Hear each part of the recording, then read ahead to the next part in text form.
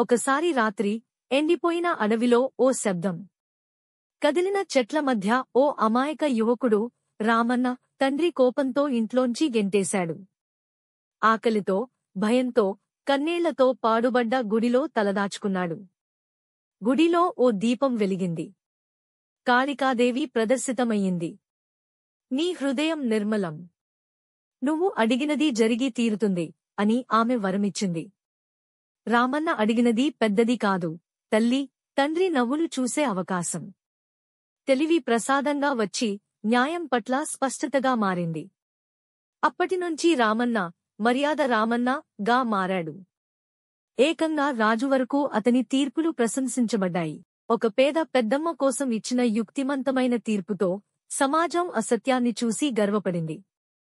ఒక్క మనిషి మారితే వ్యవస్థ మారుతుంది అనే సందేశాన్ని నాటి నుంచి ప్రతిఫలించాడు.